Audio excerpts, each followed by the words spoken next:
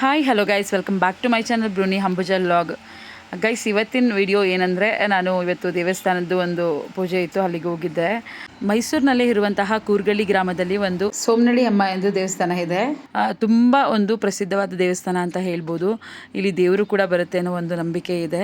ಇಲ್ಲಿ 3 ಇಯರ್ಸ್ಗೊಂದ್ಸರಿ ತುಂಬ ಗ್ರ್ಯಾಂಡಾಗಿ ಪೂಜೆ ಪುರಸ್ಕಾರಗಳೆಲ್ಲ ಮಾಡ್ತಾರೆ. ಅಂದರೆ ತುಂಬ ಮೆರವಣಿಗೆ ಮತ್ತು ಲೈಟಿಂಗ್ಸ್ಗಳು ಊರಲ್ಲಿ ಎಲ್ಲ ಹಾಕಿ ಆ ಥರ ತುಂಬ ಚೆನ್ನಾಗಿ ಮಾಡ್ತಾರೆ. ಬಟ್ 1 ಇಯರ್ಗೂ ಕೂಡ ಪೂಜೆ ಪುರಸ್ಕಾರಗಳನ್ನ ತುಂಬ ಚೆನ್ನಾಗಿ ಮಾಡ್ತಾರೆ. ಬಟ್ ಗ್ರ್ಯಾಂಡಾಗಿ ಮಾಡೋವಂಥದ್ದು 3 ಇಯರ್ಸ್ ಒನ್ಸ್ ಇರುತ್ತೆ. ಎಷ್ಟೋ ನಂಬಕ್ಕಾಗದೇ ಇರೋವಂಥ ವಿಚಾರಗಳನ್ನ ನಾನು ಇಲ್ಲಿ ನೋಡಿದೆ. ನನಗಂತೂ ತುಂಬ ಒಂಥರ ಆಶ್ಚರ್ಯಕರವಾಗಿರುವಂಥ ಒಂದು ವಿಷಯಗಳನ್ನ ನಾನು ಇಲ್ಲಿ ನೋಡಿದೆ. ಅದೇನು ಅಂತ ನಿಮಗೆ ಮುಂದೆ ಹೇಳ್ತೀನಿ. ಇದೇ ಒಂದು ದೇವಸ್ಥಾನದ ಆವರಣದಲ್ಲಿ ಹಾಲ್ಗುಡ್ ಮಾರಮ್ಮ ಮತ್ತು ಸೋಮನಳ್ಳಮ್ಮ, ಆಂಜನೇಯ, ಹಾಗೆ ಕಾಲಭೈರವೇಶ್ವರ, ಈ ಥರ 4 ದೇವತೆಗಳು ಇದೆ.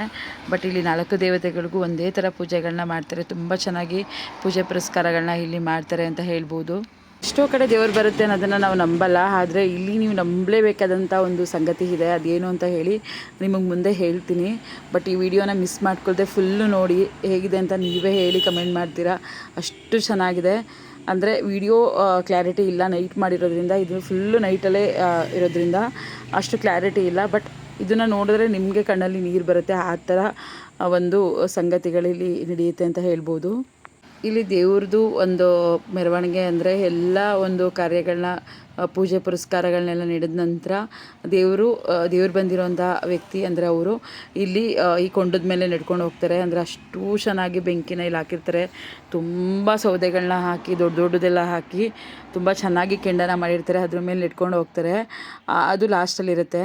ಇದು ಬಂದು ಕಳಸ ಸಮೇತ ದೇವ್ರು ಬರೋವಂಥವ್ರನ್ನ ಅವ್ರ ಮನೆ ಹತ್ರ ಕರ್ಕೊಂಡು ಹೋಗಿ ಮತ್ತೆ ದೇವಸ್ಥಾನದ ಹತ್ರ ಬಂದು ಇಲ್ಲಿಂದ ಬಿಲ್ಲಪ್ಪ ದೇವಸ್ಥಾನ ಅಂತ ಇದೆ, ಅಲ್ಲಿಗೆ ಹೋಗಿ ಪೂಜೆನ ಮಾಡಿಸ್ಕೊಂಡು ಬರೋವಂಥದ್ದು. ದೇವಸ್ಥಾನದ ಮುಂದೆ ನಾವು ಒಂದು ಹಾಗೆ ಫೋಟೋ ವಿಡಿಯೋ ಮಾಡ್ಕೊಳ್ಳೋಣ ಅಂತ ಹೇಳಿ ಮಾಡ್ಕೊಂಡ್ವಿ. ಇವಾಗ ಮೆರವಣಿಗೆ ಹಾಗೂ ದೇವ್ರು ಬರೋವಂಥವ್ರನ್ನ ಎಲ್ಲರನ್ನೂ ಕರ್ಕೊಂಡು ಹಾಗೆ ಇಲ್ಲಿ ಬಾಯಿ ಬೀಗ ಚುಚ್ಸೋದು ಅಂತ ಹೇಳಿ ಮಾಡ್ತಾರೆ. ಅದು ಆ ಥರದವ್ರನ್ನೂ ಕರ್ಕೊಂಡು ಯಾರು ಬಾಯಿ ಬೀಗ ಚುಚ್ಚಿಸ್ಕೊತಾರೆ, ಹಾಗೆ ಮಕ್ಕಳಿಗೆ ಕುಪಾಲಿ ಬಾಯಿ ಬೀಗ ಅಂತೆಲ್ಲ ಹೇಳ್ತಾರೆ. ಆ ಥರದ ಹರಕೆಗಳನ್ನೆಲ್ಲ ಕಟ್ಕೊಂಡಿರ್ತಾರೆ. ಅಂದರೆ ದೇವ್ರಿಗೆ ಏನೋ ಒಂದು ಒಳ್ಳೇದು ಮಾಡಿರೋವಂಥದ್ದಕ್ಕೆ ಅವರು ಆ ಹರಕೆನ ತೀರಿಸುವಂಥದ್ದು. ಅವ್ರನ್ನೆಲ್ಲ ಕರ್ಕೊಂಡು ಮೆರವಣಿಗೆ ಬಂದು ಇಲ್ಲಿ ಬಿಲ್ಲಪ್ಪ ದೇವಸ್ಥಾನದಲ್ಲಿ ಇಲ್ಲಿ ದೇವ್ರ ಕಲ್ಲುಗಳಿರುತ್ತೆ, ಅಲ್ಲಿ ದೇವ್ರಿಗೆ ಏನು ಅಲಂಕಾರ ಮಾಡಿರ್ತಾರೆ ಅದನ್ನು ಕೂರಿಸ್ಕೊಂಡು ಪೂಜೆ ಪುರಸ್ಕಾರಗಳನ್ನೆಲ್ಲ ಮಾಡ್ಕೊತಾರೆ. ಈ ದೇವತೆಯಲ್ಲಿ ನಂಬಿಕೆ ಒಂದು ಏನಂದರೆ, ಇಲ್ಲಿ ಎಷ್ಟೋ ಜನಕ್ಕೆ ಹುಷಾರಿಲ್ಲದೆ ಇರೋವಂಥವ್ರಿಗೆ ಅವರು ಮಾಡಿ ಇಲ್ಲಿ ಸೇವೆ ಮಾಡಿ, ನಾನು ಈ ಥರ ಸೇವೆನ ಮಾಡ್ತೀನಿ, ಈ ಥರ ಹರಕೆನ ತೀರಿಸ್ತೀನಿ ಅಂತ ಹರಕೆ ಕಟ್ಕೊಂಡವ್ರಿಗೆ ತುಂಬ ಜನಕ್ಕೆ ಹುಷಾರಾಗಿದೆ, ಅಂದರೆ ಒಳ್ಳೆಯದಾಗಿದೆ ಅಂತಲೇ ಹೇಳ್ಬೋದು. ಹಾಗೆ ಎಷ್ಟೋ ಜನಕ್ಕೆ ಮದುವೆ ಆಗದಿರೋರಿಗೆ, ಮಕ್ಕಳಾಗದಿರೋರಿಗೆ ಇಲ್ಲಿ ಮಕ್ಕಳುಗಳ ಆಗುವಂಥ ಒಂದು ಸಂಗತಿನೂ ಕೂಡ ಆಗಿದೆ. ತುಂಬ ಒಳ್ಳೆಯದಾಗಿದೆ ಅಂತಲೇ ಕೂಡ ಹೇಳ್ಬೋದು. ಇಲ್ಲಿ ಹೇಳ್ತಿರೋ ಪ್ರಕಾರಗಳು ನೋಡಿದ್ರೆ ದೇವರು ಇಲ್ಲಿ ಯಾರನ್ನೂ ನಮ್ಮದವ್ರಿಗೆ ಕೈ ಬಿಟ್ಟಿಲ್ಲ. ಏನೋ ಒಂದು ಅವರ ಹರಕೆ ಕಟ್ಟಿದ್ದಕ್ಕೆ, ಅಥವಾ ಅವರು ಏನೋ ಒಂದು ಹರಿಸ್ಕೊಂಡಿದ್ದಕ್ಕೆ, ಅಥವಾ ಅವರು ಒಂದು ಏನೋ ಸೇವೆ ಮಾಡಿದ್ದಕ್ಕೆ ದೇವರು ತುಂಬ ಒಳ್ಳೇದು ಮಾಡಿದೆ ಅಂತಲೇ ಹೇಳ್ಬೋದು. ಎಷ್ಟೋ ಜನಗಳಲ್ಲಿ ಒಂದು 4ರಿಂದ 5 ಜನ ನಾನು ಮಾತಾಡಿಸಿದವರು ಹೇಳಿದ ಪ್ರಕಾರ ತುಂಬ ಒಂದು ಒಳ್ಳೆಯದಾಗತ್ತೆ, ಎಷ್ಟು ಜನಕ್ಕೆ ಈ ಥರ ಆಗಿದೆ, ಇವ್ರಿಗೆ ಈ ಥರ ಆಗಿದೆ ಅಂತೆಲ್ಲ ಹೇಳಿದ್ರು. ಅದು ನನಗೆ ಒಂದು ನಂಬಿಕೆ ಬಂತು. ಅದಲ್ಲದೆ ನಾನು ನೋಡಿರೋ ಒಂದು ಸಂಗತಿಯಲ್ಲಿ ನೀವು ನೋಡಿದ್ರೆ ಅದನ್ನು ತುಂಬ ಚೆನ್ನಾಗಿ ನಂಬ್ತೀರಾ ಅಂತ ನಾನು ಅಂದ್ಕೊಂಡಿದ್ದೀನಿ. ಇಲ್ಲಿ ಕಲ್ಮುಂದೆ ಹಕ್ಕಿನೆಲ್ಲ ಹಾಕಿ ದೇವ್ರ ವಿಗ್ರಹಗಳನ್ನ ಅಲ್ಲಿಂದ ತಂದಿರುವಂತಹ ಮೆರವಣಿಗೆ ಬಂದಿರುವಂತಹ ವಿಗ್ರಹಗಳನ್ನ ಕೂಡ ಇಲ್ಲಿಟ್ಟು ಒಂದು ಪೂಜೆ ಪುರಸ್ಕಾರಗಳನ್ನ ಮಾಡ್ಕೊತಾರೆ.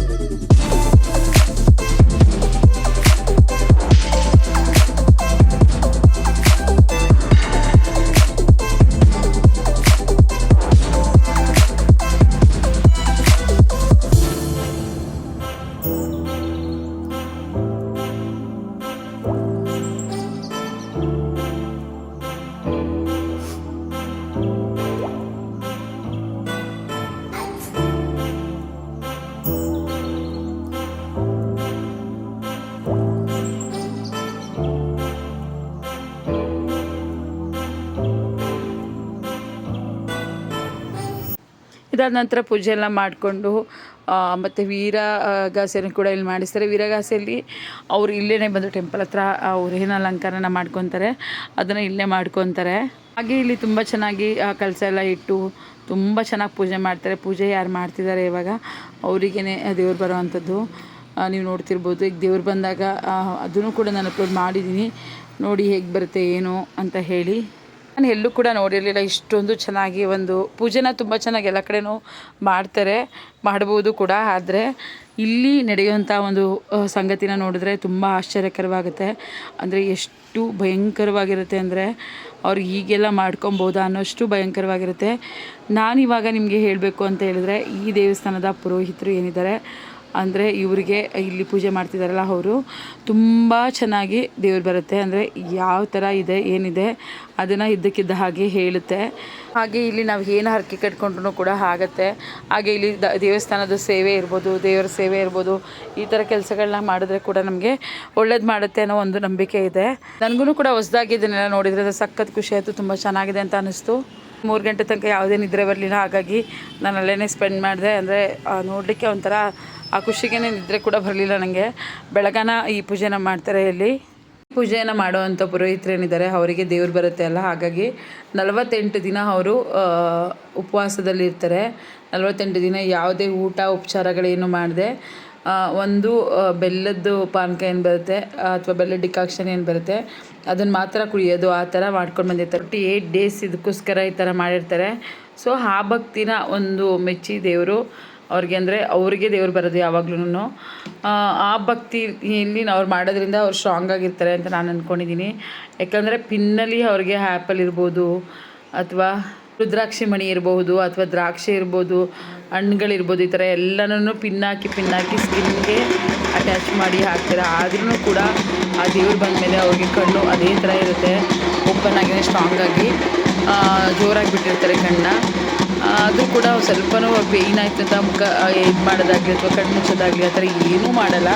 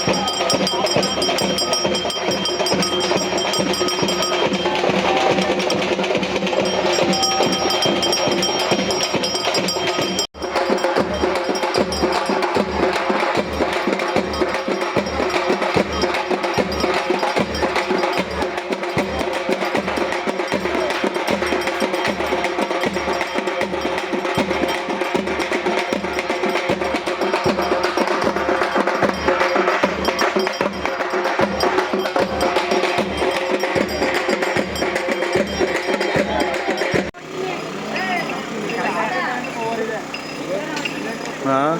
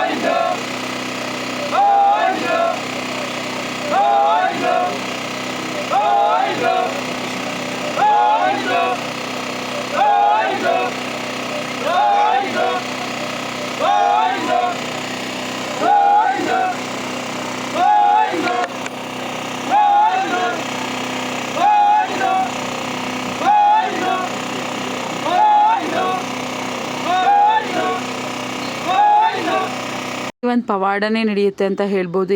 ಏನಕ್ಕೆ ಅಂದರೆ ದೇವರು ಬರೋದನ್ನು ಎಷ್ಟೋ ಜನ ನಂಬಲ್ಲ. ಅಂದರೆ ನಾನು ಕೂಡ ನಂಬ್ತಿರ್ಲಿಲ್ಲ ಫಸ್ಟು. ಇವಾಗ ಏನಕ್ಕೆ ನಂಬ್ತೀನಿ ಅಂದರೆ ಇಲ್ಲಿ ಎಷ್ಟು ಒಂದು ರಿಯಲೈಸ್ ಆಯಿತು ಅಂದರೆ ದೇವ್ರು ಬರೋದು ನಿಜವಾಗ್ಲೂ ಇದೆಯಾ ಅಂತ ನೀವೇ ನೋಡ್ಬೋದು. ಇದು ಇವಾಗ ದೇವ್ರು ಬರ್ತಿರೋವಂಥದ್ದು ಸೋಮನಹಳ್ಳಿ ಅಮ್ಮ ಅವ್ರ ಮೇಲೆ ಬರ್ತಿರೋವಂಥದ್ದು. ಅವ್ರ ಮೇಲೆ ಯಾವಾಗಲೂ ವೀಕ್ಲಿ ಒನ್ಸ್ ಫ್ರೈಡೇ ಈ ಥರ ಎಲ್ಲ ಇದ್ದಾಗ ದೇವ್ರು ಬರುತ್ತೆ. ಬಟ್ ಅದ್ರ ಬಗ್ಗೆ ಎಲ್ಲ ತುಂಬ ಜನ ಹೇಳ್ತಾನೆ ಇದ್ರು ಯಾವಾಗ್ಲೂ. ಇವರಂತೂ ದೇವ್ರು ಬಂದ ನಂತರ ಮೈ ಮೇಲೆ ಏನೇ ಮಾಡಿದ್ರೂ ಕೂಡ ಜಗ್ಗಲ್ಲ.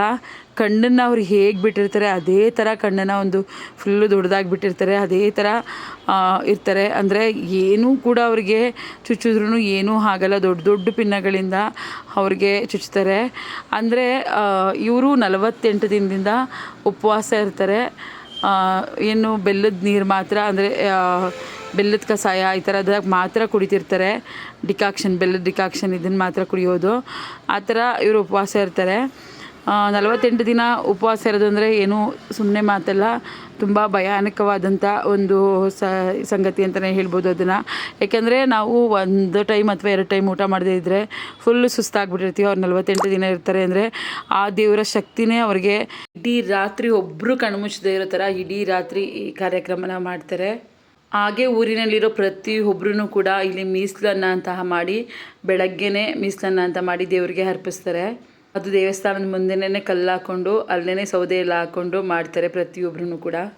ದೇವ್ರು ಬಂದಿರೋವಂಥವ್ರು ಕಜ್ಜಾಯನ ಎಣ್ಣೆಲಿ ಬಿಸಿ ಕಾಯ್ತಿರೋ ಎಣ್ಣೆಲಿ ಕಜ್ಜಾಯನೂ ಕೂಡ ತೆಗಿತಾರೆ. ಅದಲ್ಲದೆ ಕೊಂಡದಲ್ಲಿ ನೆಡ್ಕೊಂಡು ಹೋಗ್ತಾರೆ. ಆ ಬೆಂಕಿ ಅಂದರೆ ಎಷ್ಟೆಷ್ಟು ದೊಡ್ಡ ಸೌದೆಗಳನ್ನ ಹಾಕಿ ಇಡೀ ರಾತ್ರಿ ಕೆಂಡ ಮಾಡಿರೋವಂಥದ್ರ ಮೇಲೆ ನೆಡ್ಕೊಂಡು ಹೋಗ್ತಾರೆ. ಆ್ಯಕ್ಚುಲಿ ಅದನ್ನೆಲ್ಲ ವೀಡಿಯೋ ಮಾಡೋಕ್ಕಾಗಲಿಲ್ಲ. ಯಾಕೆಂದರೆ ನನಗೆ 3 o'clock 4 o'clock ಅಂದರೆ ಹೋಗಿ ಮಲ್ಕೊಂಬಿಟ್ಟೆ, ನಾನು ಶಾಪಿಗೆ ಬರಬೇಕಲ್ಲ ಬೆಳಗ್ಗೆ ಅಂತ ಹೇಳಿ. ಆದರೂ ಈ ದೇವ್ರದ್ದೊಂದು ಪೂಜೆನ ತುಂಬ ಚೆನ್ನಾಗಿ ಮಾಡ್ತಾರೆ ಅಂತಲೇ ಹೇಳ್ಬೋದು. ತುಂಬಾ ಚೆನ್ನಾಗಿರುತ್ತೆ. ಎಷ್ಟೋ ಜನ ಮಕ್ಕಳಾಗದೇ ಇರೋರು, ಅಂದರೆ ಏನೂ ಪ್ರಾಬ್ಲಮ್ ಇಲ್ಲದೆ ಮಕ್ಕಳಾಗದೇ ಇರೋರು ಇರ್ತಾರೆ. ಆ ಥರದವ್ರಿಗೆ ಇಲ್ಲಿ ಅವರು ಎಣ್ಣೆಯಿಂದ ತೆಗೆದುಕೊಡುವಂಥ ಕಜ್ಜಾಯನ ತಿಂದರೆ ಮಕ್ಕಳಾಗುತ್ತೆ ಅನ್ನೋ ಒಂದು ನಂಬಿಕೆ ಅವ್ರಿಗಿದೆ. ಅಂದರೆ ಅಲ್ಲಿ ದೇವರು ಮಕ್ಕಳಾಗಲಿಕ್ಕೆ ಒಂದು ಆಶೀರ್ವಾದನ ಮಾಡುತ್ತೆ ಅನ್ನೋ ಒಂದು ನಂಬಿಕೆ ಇಲ್ಲಿದೆ. ಆ ಥರ ತುಂಬ ಇನ್ಸಿಡೆಂಟ್ಸ್ ಇಲ್ಲ ಆಗಿದೆ ಅಂತೆ. ಅದಷ್ಟೇ ಅಲ್ಲ, ನಾವು ಒಳ್ಳೆ ಮನಸ್ಸಿಂದ ಪಾಸಿಟಿವ್ ಆಗಿ ನಾವು ಏನಾದರೂ ಕೇಳ್ಕೊಂಡ್ರೆ ಅಥವಾ ಏನಾದರೂ ಕೇಳ್ಕೊಂಡು ಹರಕೆ ಕಟ್ಕೊಂಡ್ರೆ ಇಲ್ಲಿ ಗ್ಯಾರಂಟಿ ಒಳ್ಳೆಯದಾಗುತ್ತೆ ಅನ್ನೋ ನಂಬಿಕೆ ಇದೆ. ಅಷ್ಟೇ ತುಂಬ ಜನಕ್ಕೆ ಆಗಿದೆ ಕೂಡ. ನಾನಿಲ್ಲಿ ತುಂಬ ಜನನ ವಿಚಾರಿಸಿದಾಗ ತುಂಬ ಜನ ಹೇಳಿದ ಮಾತು, ಇಲ್ಲಿ ಏನೇ ಅಂದ್ಕೊಂಡ್ರೂ ಆಗುತ್ತೆ, ಆಗ ನಾವು ಆ ದೇವಿಗೆ ಹರಕೆನ ತೀರಿಸ್ತೀವಿ ಅಂತ ಹೇಳಿದ್ರು. ತುಂಬ ಜನ ಇದನ್ನು ನಂಬ್ತಾರೆ. ಇಲ್ಲಿ ದೇವರು ಪ್ರತಿಯೊಬ್ರಿಗೂ ಒಳ್ಳೇದು ಮಾಡಲಿ, ಎಲ್ಲರಿಗೂ ಅವ್ರು ಅಂದ್ಕೊಂಡಿದ್ದೆಲ್ಲ ಆಗಲಿ ಅಂತ ನಾನು ಕೂಡ ಕೇಳ್ಕೊತೀನಿ. ದೇವರಿಲ್ಲದೆ ಯಾವ ಮನುಷ್ಯನೂ ಕೂಡ ಒಂದು ಹುಲ್ಕಡ್ಡಿನೂ ಸರ್ಸೋಕ್ಕಾಗಲ್ಲ. ದೇವ್ರು ಇರಲೇಬೇಕು, ನಮ್ಗೆ ಆಶೀರ್ವಾದ ಮಾಡಲೇಬೇಕು. ಆವಾಗ ಎಲ್ಲರಿಗೂ ಕೂಡ ಒಳ್ಳೇದಾಗುತ್ತೆ ಅನ್ನೋ ಒಂದು ನಂಬಿಕೆ ನನಗೂ ಕೂಡ ಇದೆ. ಈಗ ನೀವು ನೋಡ್ತಿರ್ಬೋದು ದೇವ್ರ ಗುಡ್ಡಪ್ಪನಿಗೆ ಈಗ ಇಲ್ಲಿ ಏನು ರುದ್ರಾಕ್ಷಿ ಮಣಿಗಳನ್ನ ತಂದಿದ್ದಾರೆ. ಈ ರುದ್ರಾಕ್ಷಿ ಮಣಿಗಳಿರ್ಬೋದು, ಹಣ್ಣುಗಳಿರ್ಬೋದು, ತ್ರಿಶೂಲ ಇರ್ಬೋದು, ಅವ್ರ ಮೈ ಮೇಲೆ ಚುಚ್ಚುತ್ತಾರೆ. ಇದನ್ನೆಲ್ಲ ನೋಡೋಕ್ಕೆ ಸೀರಿಯಸ್ಲಿ ಭಯಾನಕವಾಗಿದೆ. ಆದರೂ ಅವ್ರಿಗೆ ಏನೂ ಅಂಟಲ್ಲ. ಅವರು ಕಣ್ಣನ್ನು ಹೇಗೆ ಬಿಟ್ಟಿರ್ತಾರೆ ಅದೇ ಥರ ಕಣ್ಣು ಬಿಟ್ಕೊಂಡಿರ್ತಾರೆ ಅದನ್ನು ಚುಚ್ಚಬೇಕಾದ್ರೆ. ನನಗಂತೂ ಅದು ನೋಡಿ ಸೀರಿಯಸ್ಲಿ ತುಂಬ ಶಾಕ್ ಆಯಿತು. ಸಖತ್ ಭಯ ಕೂಡ ಅನ್ನಿಸ್ತು. ಇವಾಗ ನೋಡ್ತಿದ್ದೀರಲ್ಲ, ದೇವರು ಹಿಂದೆ ಪ್ರದಕ್ಷಿಣೆ ಮಾಡಿ ದೇವ್ರ ಸುತ್ತ ನಂತರ ಇವಾಗ ಅಲ್ಲಿ ರುದ್ರಾಕ್ಷಿ ಮಣಿಗಳನ್ನ ಕಟ್ ಮಾಡ್ಕೊತಿದ್ದಾರೆ. ಅಂದರೆ ರುದ್ರಾಕ್ಷಿ ಹಾರನ ಪಿನ್ಗೆ ಆ್ಯಡ್ ಮಾಡಿಕೊಂಡು ಪಿನ್ನಲ್ಲಿ ಚುಚ್ಚುತ್ತಾರೆ ಇದನ್ನು ಮೈಗೆ. ತುಂಬ ಒಂಥರ ಸಖತ್ ಭಯ ಆಗುತ್ತೆ ಸೀರಿಯಸ್ಲಿ. ಏಕೆಂದರೆ ಒಂದು ಸ್ಕಿನ್ಗೆ ಆ ಥರ ನಮಗೆ ಒಂದು ಪಿನ್ನು ಸಿಂಪಲ್ಲಾಗಿ ಚುಚ್ಚಿದ್ರೂ ಎಷ್ಟು ಪೇಯ್ನ್ ಆಗುತ್ತೆ ಅಲ್ಲ. ಈಗ ದೇವ್ರಿಗೆ ಆ ಥರ ಚುಚ್ಚುತ್ತಾರೆ ಅಂದರೆ, ಅದೊಬ್ಬ ಮನುಷ್ಯನಿಗೆ ಆ ಥರ ಚುಚ್ಚುತ್ತಾರೆ ಅಂದರೆ ಸಖತ್ ಭಯ ಆಗುತ್ತೆ. ದೇವ್ರ ಶಕ್ತಿ ಇಲ್ಲಾಂದರೆ ನಿಜವಾಗ್ಲೂ ಹೇಳ್ತೀನಿ ಅದನ್ನೆಲ್ಲ ತಡ್ಕೊಳಕ್ಕೆ ಸಾಧ್ಯನೇ ಇಲ್ಲ. ಏಕೆಂದರೆ ಅದೆಷ್ಟು ದೊಡ್ಡ ದೊಡ್ಡ ಪಿನ್ನಗಳಂದ್ರೆ ಹತ್ತಿರದಿಂದ ನೋಡಿದ್ರೆ ಗೊತ್ತಾಗುತ್ತೆ. ಅವ್ರು ನೋಡಿ ಅದೇ ಥರ ಕಣ್ಣು ಬಿಟ್ಕೊಂಡು ಅವ್ರು ಅದೇ ಥರ ಇದ್ದರು, ಏನೂ ಆಗಿಲ್ವೇನೋ ಅನ್ನೋ ಥರ ಇದ್ದರು. ಸೀರಿಯಸ್ಲಿ ಈ ಥರ ಮಾಡೋದು ನೋಡಿದ್ರೆ ಏನಂದರೆ ಇದು ನಿಜವಾಗ್ಲೂ ದೇವ್ರು ಬರುತ್ತೆ, ದೇವ್ರಿಲ್ಲದೆ ಏನೂ ಮಾಡೋಕ್ಕಾಗಲ್ಲ ಅನ್ನೋ ಒಂದು ನಂಬಿಕೆ ಬರುತ್ತೆ. ನೀವೇ ನೋಡ್ತಿರ್ಬೋದು ಸ್ಕಿನ್ಗೆ ಯಾವ ಥರ ಚುಚ್ಚುತ್ತಿದ್ದಾರೆ ಅಂತ.